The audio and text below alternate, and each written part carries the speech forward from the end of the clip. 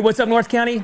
I'm your host, Randy Doty, and today we are talking the California Mid-State Fair with Colleen Borjorquez, CEO of the California Mid-State Fair. Hi. Did I get it right that time? You did. Oh, man. You did. Whew. Right, I know. Okay, It's a hard one, now but you did good. no more. Yes. Now yes. it's just, You do not have to say that. might name. just be Colleen, might just be CB. Exactly. You know. That works too, whatever. Hey, you, that works Yeah. too. So it's been a couple years since we've had you on, and a lot of changes, a lot of has. things have happening. It has. The fair's coming. It's hot today, so that's your first clue. Right. That's your first clue that it's summertime and fair's happening July 16th through the 27th, and we're excited. We're excited to be bringing it. It is going to be a good fair.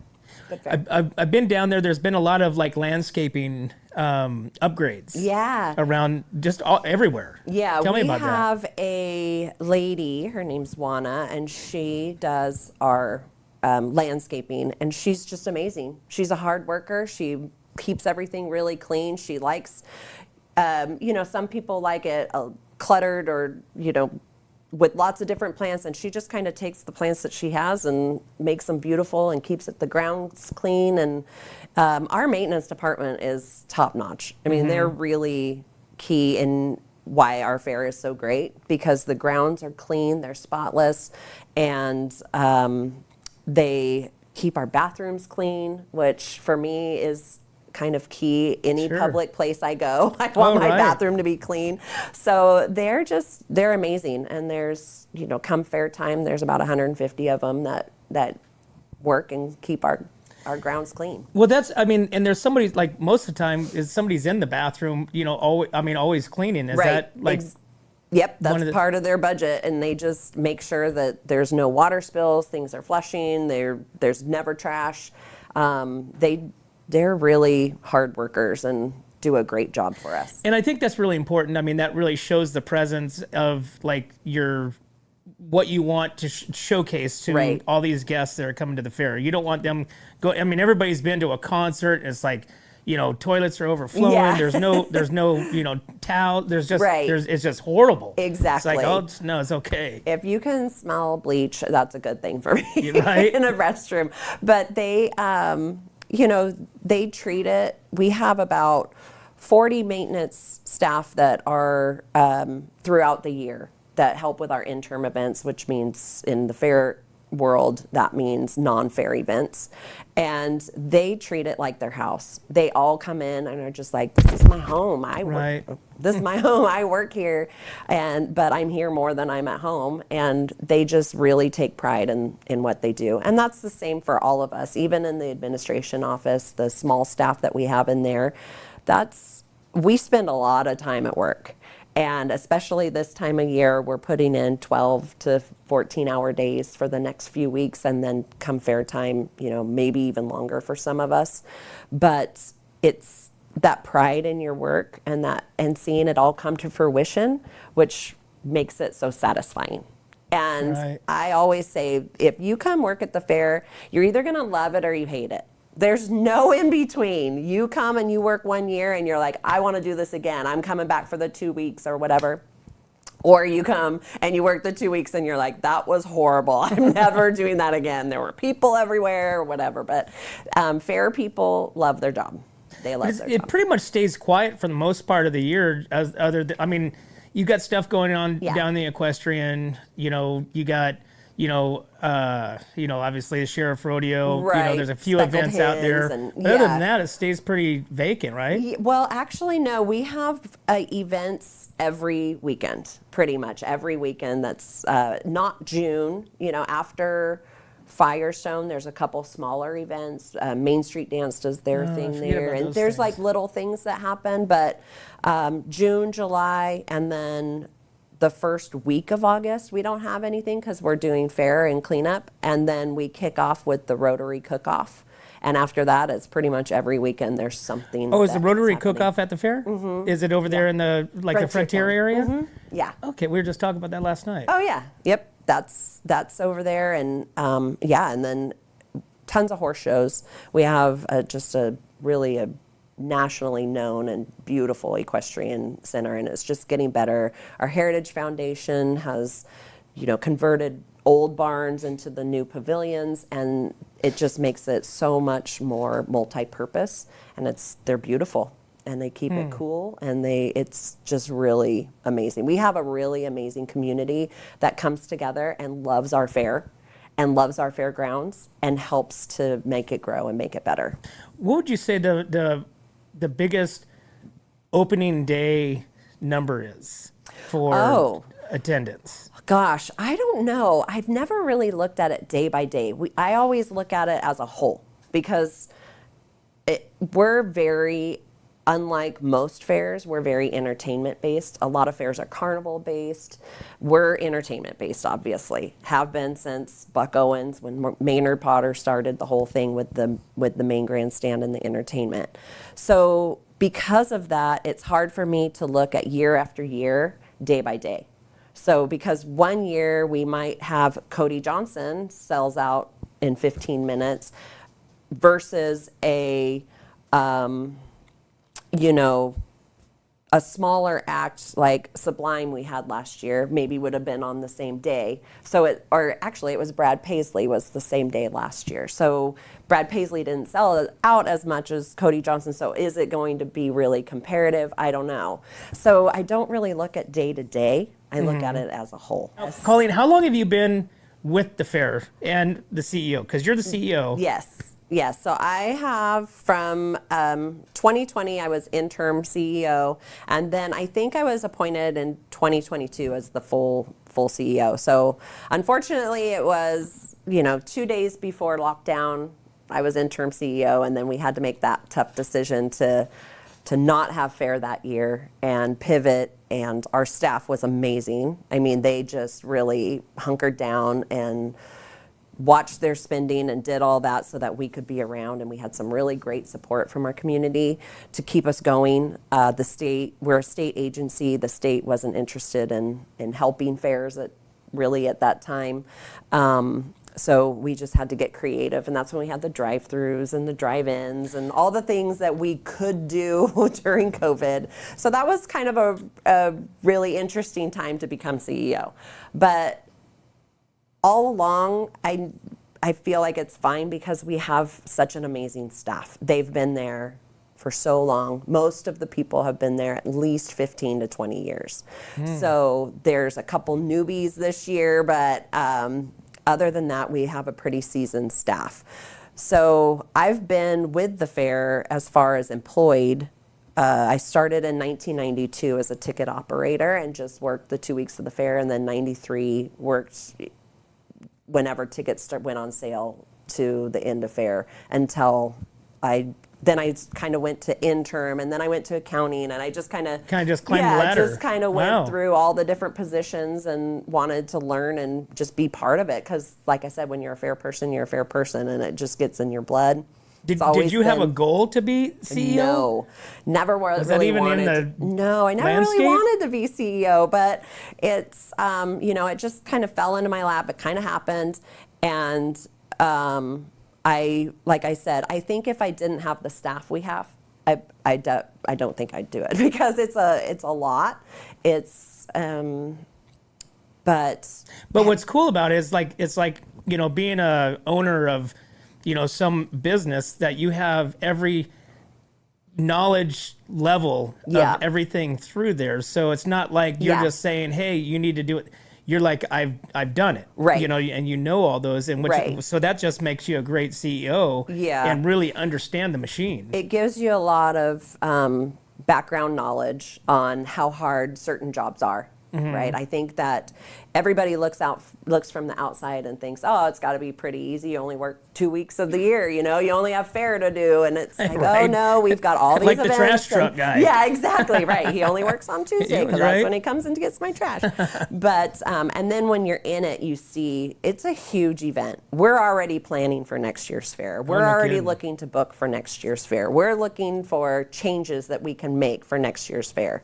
So it's constant. And when fair's happening, our staff is looking and seeing how they can make things better for the exhibits that they started this year or for the things that they changed this year.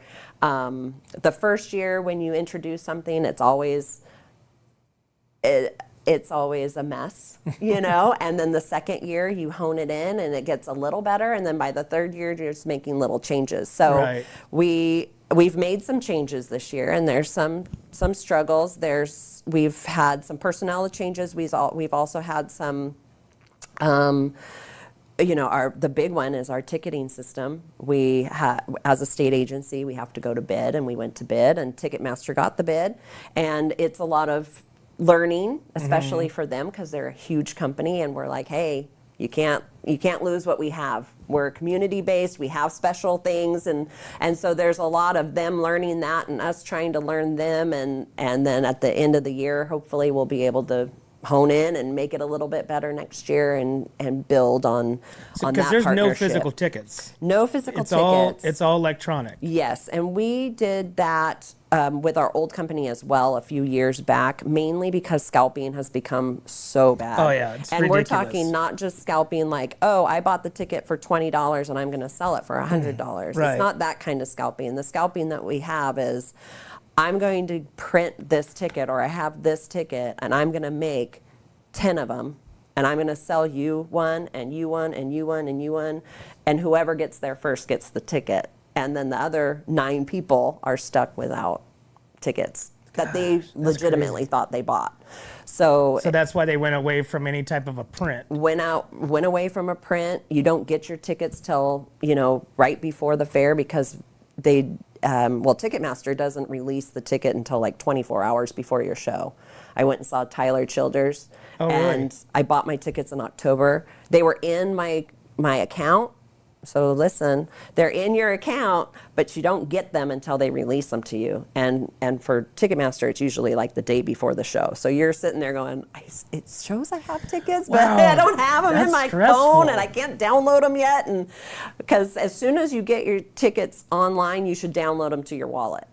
And this is for any show, because when you get to the gate, everybody's on their phones, and it's really hard to get your tickets. So if you don't have a physical ticket or a piece of paper or whatever, but if it's on your phone, can't get not for us, but there are some places that still have paper tickets. But either way, if you get your ticket electronically, download it to your wallet. If you have an Apple phone, I'm not sure what it is on Samsung, but they have something.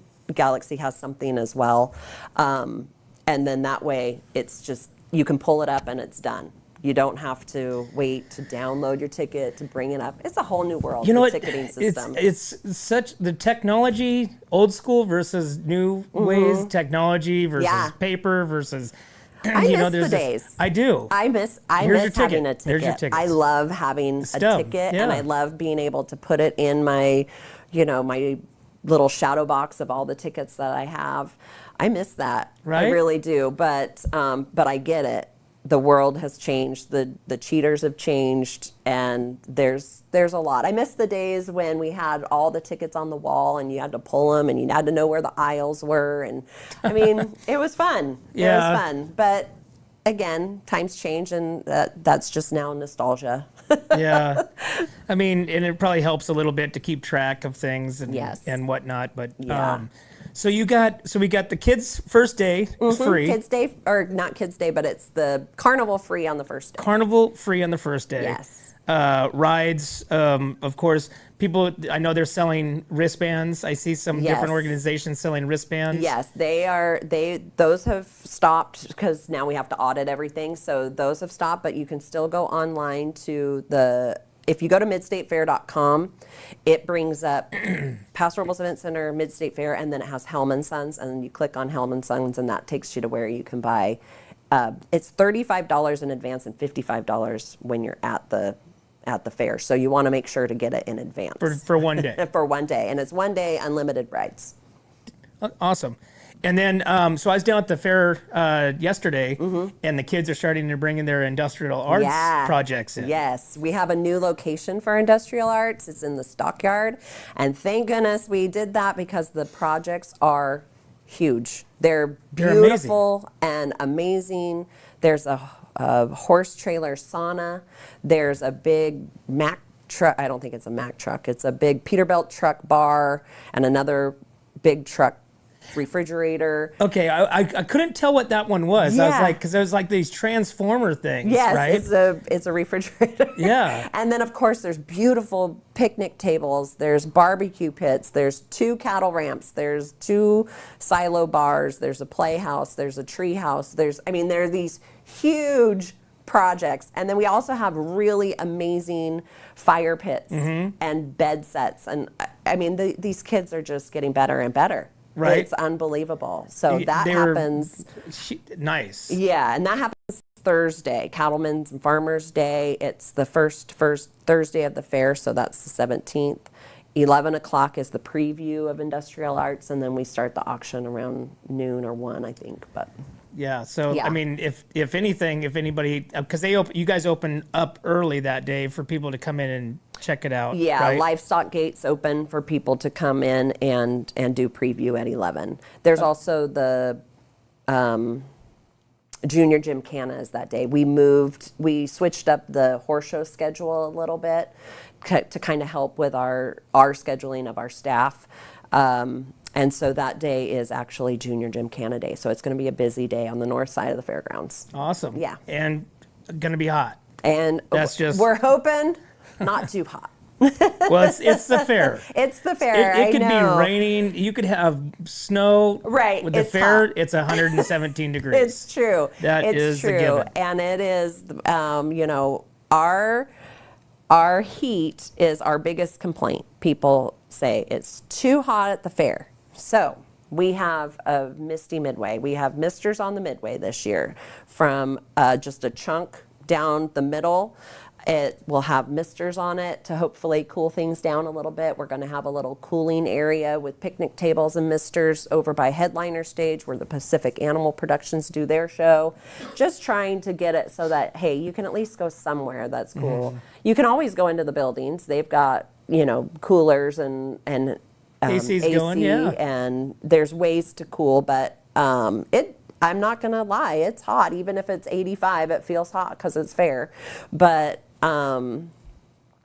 we're trying to help a little bit with that. Awesome. Yeah, and that always keeps our South County people from coming up too. So between the heat and the grade, the South County people are not. They got their own fair down there. Yeah, they're having a hard time Yeah. coming up here this way. So we're trying to get them to come up as well, and maybe the misters will help a little bit. But Well, you also have shuttles too, right? we have shuttles. We have free shuttles because parking is limited. Right. We only have 350 spaces or so for sale. We're very, very small fairgrounds. And it seems large, but if you go to Kern County Fair or you go to Big Fresno Fair, Del Mar, any of the other fairgrounds, there's 75 in the state. Most of them are bigger than 45 acres, which is what we are. We just do a lot within that 45 acres, but we have a very small parking lot. So we offer free shuttles. They start when the fair starts, which is Monday through Thursday. We open at 4 to midnight. They go until everybody's picked up. Then Friday, Saturday, Sunday, we're noon to midnight. And again, they're running. You can park at Lowe's, you can park at Albertsons, you can park at City Hall, and they run about every 15 minutes. You can get a shuttle. So it's a big help for us. Oh, I'm sure. To get people there, and hopefully it's a savings too because we pay the bus company so that you can park for free. Makes sense. Yeah. That's good. Let's see what else we got here. We've got Armed Forces Day. Armed Forces Day is the second Saturday.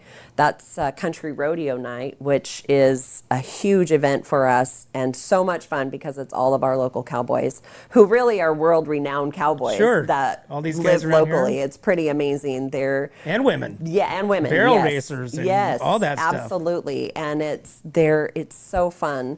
And Armed Forces Day is that day, so valid military ID gets you in for free. And you can come and enjoy the fair, and we give them a little button when they come in and thank them for their service because That's I mean awesome. we live in this country because we have the freedoms freedom, we absolutely. have. Yeah, so we acknowledge that for sure. And then tell me about the Pancake Breakfast. Pancake Breakfast, second Thursday of the fair. That is a free pancake breakfast in the park.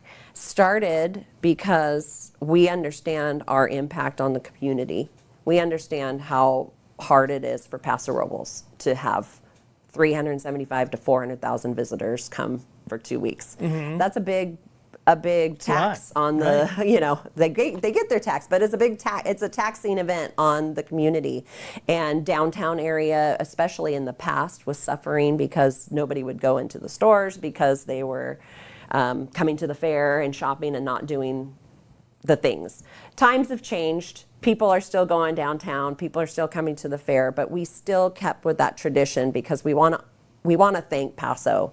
We want to thank Paso for what they do for us. So we have Tommy Harris comes down and gives rides. Our trains there gives rides. We have our bubble lady who does bubbles, and our magician goes down. Queens are there to help serve, and we partner with Main Street Association, Jeffries, Brian Thorndike brings some volunteers. They cook, they prepare everything, and you can come down. I believe it starts at 7 a.m. and get a free pancake breakfast in the city park that day. Oh, fun. Yeah. So and like I said, it's just a thank you to Paso, because it's not only the city that puts a lot, but our residents put up a lot. I mean, I can only imagine living next to the fair and how difficult that time can be. Well, I mean, we see them with their signs and parking signs, so they wish the fair was 365 days a year. Probably.